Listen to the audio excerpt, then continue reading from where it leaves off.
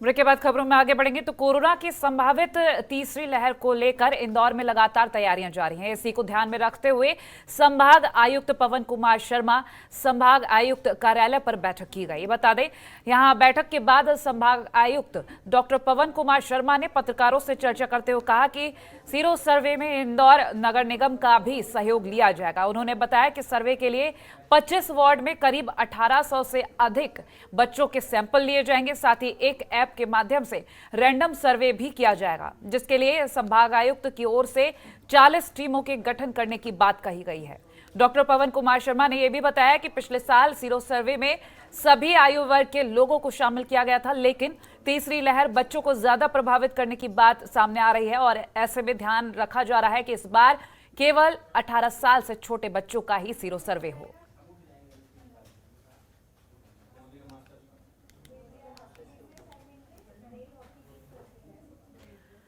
और वहीं मध्य प्रदेश के पश्चिमी क्षेत्र में विद्युत वितरण कंपनी ने बकाया राशि वसूल को लेकर अब तक की सबसे बड़ी कार्रवाई को अंजाम दिया है। बता दें, धार जिले के लेबर औद्योगिक क्षेत्र की इस्पात कंपनी नेशनल स्टील लिमिटेड का बिजली कनेक्शन काट दिया गया है। बिजली कंपनी को नेशनल स्टील कंपनी से 99 करोड़ 17 लाख की बकाया वसूली करना थी, जिसको लेकर बिजली काटी गई और कंपनी के 2 बैंक खाते भी फ्रीज कर दिए गए हैं। वहीं कंपनी की बिजली आपूर्ति रोकने के साथ ही उत्पादन ठप पड़ गया है। इंदौर ग्रामीण अध्यक्ष अधीक्षक यंत्री गुरु नारायण शर्मा ने बताया कि विद्युत चोरी अनाधिकृत उपयोग को लेकर नेशनल स्टील कंपनी घाटा बिल्लोद पर 6 साल पहले यह मामला दर्ज किया गया था। कंपनी को बिजली चोरी और अनियमितता के चलते 49 लाख का बिल दिया गया था, लेकिन कंपनी बिल जमा करने के बजाय कोर्ट की शरण में चली गई और सालों में स्टील कंपनी ने निचली अदालत से लेकर सुप्रीम कोर्ट तक केस लड़ा, लेकिन कोर्ट ने बिजली विभाग के हक में फैसला सुनाया है और उसके बाद कंपनी के खिलाफ ये कार्रवाई की गई है। द्वारा विभिन्न कोर्ट के अंदर रिलीफ लेने के लिए अपने रिट पिटीशन वगैरह दायर की थी, लेकिन परसों माननीय हाई कोर्ट इंदौर बेंच द्वारा उसमें जो निर्णय दिया गया था उसमें किसी प्रकार का कोई अंतरिम जो राहत देने से मना किया गया था। उसके अंतर्गत कल हमारे द्वारा घाटा बिल्लोद का जो नेशनल स्टील का जो कनेक्शन है उसका विच्छेदन किया गया है। साथ ही साथ इसमें डीआरए एक्शन के अंतर्गत माननीय कलेक्टर महोदय धार के द्वारा जो आरआरसी जारी की गई है उसके अंतर्गत नेशनल स्टील के 2 बैंक खाते, बैंक ऑफ महाराष्ट्र का जो है आपके इंदौर ब्रांच का है और एक बैंक ऑफ इंडिया का घाटा बिल्लोद ब्रांच का है, उनको भी सीज किया गया है। और वहीं मध्य प्रदेश के ग्वालियर जिले में दूध की आड़ में कारोबारी के काले कारनामों के बारे में आबकारी विभाग को जानकारी मिली है कि दूध डेयरी के काम की आड़ में शहर के लोगों को अंग्रेजी शराब की होम डिलीवरी की जा रही थी, जिसके बाद आबकारी विभाग ने कार्रवाई करते हुए अवैध शराब के साथ एक आरोपी को भी गिरफ्तार किया है। पुलिस आरोपी से पूछताछ कर रही है, आखिरकार ये शराब कहां से लाई जाती थी।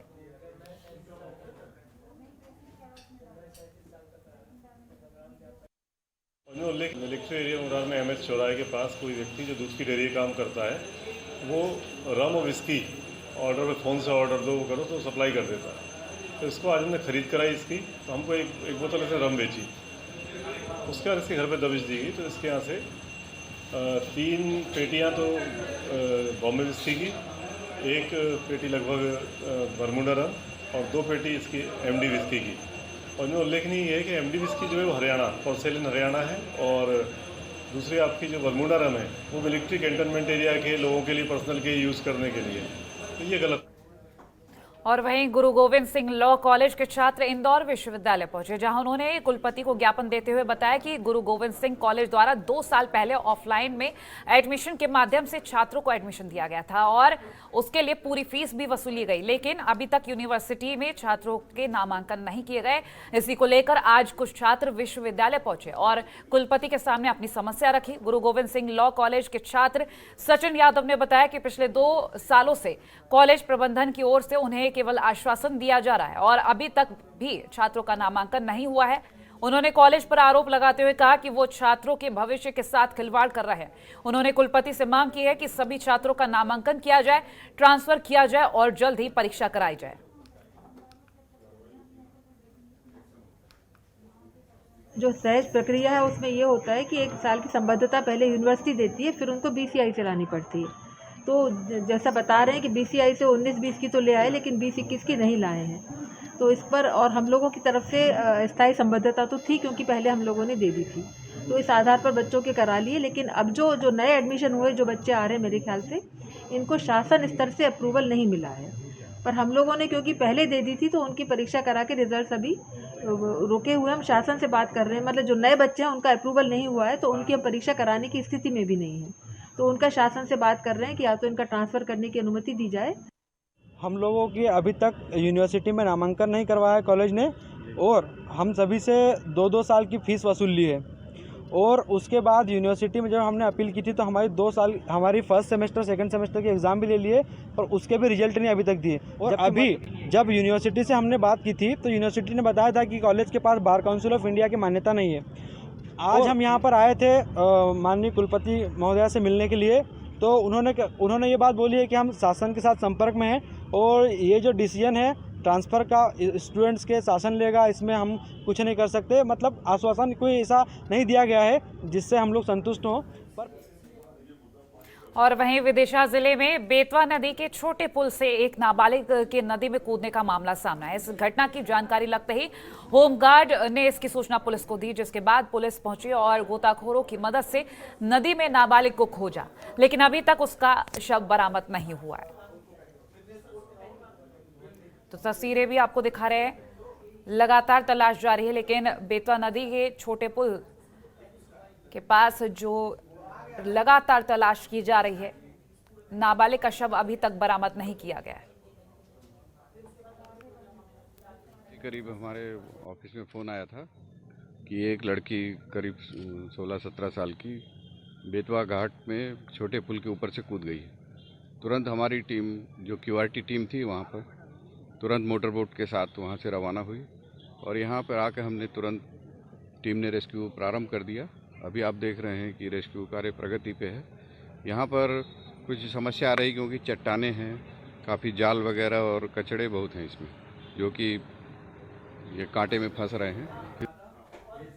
एक तरफ सरकार बेटी बचाओ बेटी पढ़ाओ के नारे देती है, लेकिन टीकमगढ़ में हकीकत कुछ और ही नजर आ रही है। आपको बता दें कि कक्षा 9वीं में छात्रा के पास होने के बावजूद छात्रा को 10वीं में प्रवेश नहीं मिल रहा। छात्रा की फीस जमा नहीं होने के बाद स्कूल संचालन ना तो छात्रा को TC दे रहा है और ना ही मार्कशीट दे रहा है, जिसको लेकर अब छात्रा ने जिलाधिकारी को ज्ञापन देकर मदद की गुहार लगाई है, जिसके बाद छात्रा की अभी तक कोई भी सुनवाई नहीं हो रही है। वहीं इस मामले पर जब स्कूल संचालक से बात की गई तो उन्होंने कहा कि जब तक छात्रा अपनी फीस जमा नहीं करेगी तब तक उसको TC और मार्कशीट नहीं दी जाएगी। फीस को लेकर छात्रा का कहना है कि कोरोना काल के कारण क्लासेस ऑनलाइन चलती रहीं, जिसमें उसे कई बार रिमूव कर दिया गया। इसके अलावा उसके द्वारा 5,000 फीस के रूप में रुपए भी लिए गए। इसके बाद स्कूल द्वारा उससे 13,000 और मांगे जा रहे हैं। छात्रा का परिवार गरीबी रेखा में आता है और उसकी आर्थिक स्थिति फीस देने लायक नहीं है, और अगर उसे TC और मार्कशीट नहीं मिलेगी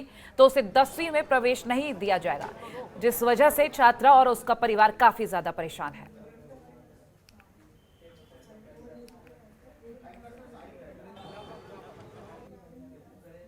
ले ली और मेरी मार्कशीट नहीं दे रहा, इसलिए मेरा कहीं एडमिशन भी नहीं हो पा रहा है। क्या कारण है इसका? इस फीस आधी फीस जमा कर दी थी, आधी रह गई, इसलिए प्रॉब्लम आ रही है। मेरा एडमिशन कहीं कोई ले नहीं रहा है, मुझे स्कूल भी, और टाइम भी निकला जा रहा है एडमिशन के लिए। तो आपको और पैसे की क्या कह रहे हैं? मुझे अपनी TC और मार्कशीट चाहिए कि जिससे मेरा एडमिशन जल्दी हो जाए। जब आप जाती हैं तो क्या कहते हैं वहाँ से? वहाँ कहते हैं पूरी फीस लाओ फिर ले जाना।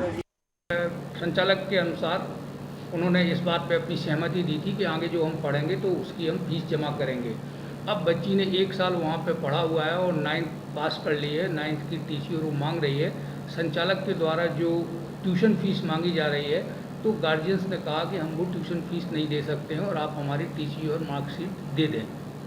इसके संबंध में हमने संचालक से भी बात की है और संचालक से कहा है कि भाई वह बच्चा के पास अगर आर्थिक स्थिति ठीक नहीं है तो जो भी आप कंसीडर कर सकते हो ट्यूशन फीस में, वो उसके साथ कंसीडर करके और बच्ची की अंक सूची और जो TC है वो बच्ची को उपलब्ध करा दें।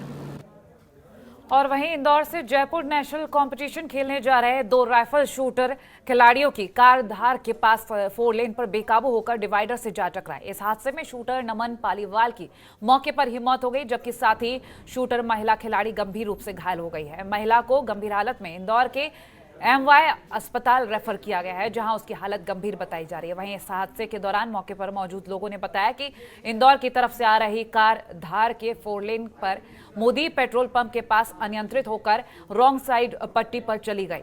इसके बाद कार ने 2 से 3 पलटी खाई, जिसको देखते हुए तमाम चीजें सामने आई, जिससे कार में बैठे खिलाड़ी की मौत हो गई। आपको बता दें कि दोनों युवक और युवती राइफल शूटर हैं और दोनों जयपुर राजस्थान के सीकर नेशनल कंपटीशन शूटिंग में हिस्सा लेने जा रहे थे।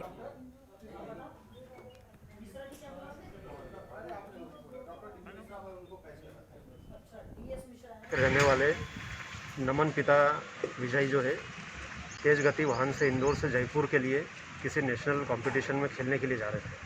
रास्ते में मोदी पेट्रोल पंप के आसपास असंतुलित वाहन के डिवाइडर से टकरा जाने से दुर्घटना हुई है। उसमें विजय जो थे उनकी स्पॉट पे डेथ हो गई और महिला जो थी उनको काफ़ी गंभीर स्थिति में थी। उनको हमने धार से इंदौर MY के लिए रेफर किया। खबरों के निष्पक्ष विश्लेषण के लिए सब्सक्राइब करें Jantantra TV and press the bell icon. Never miss any update.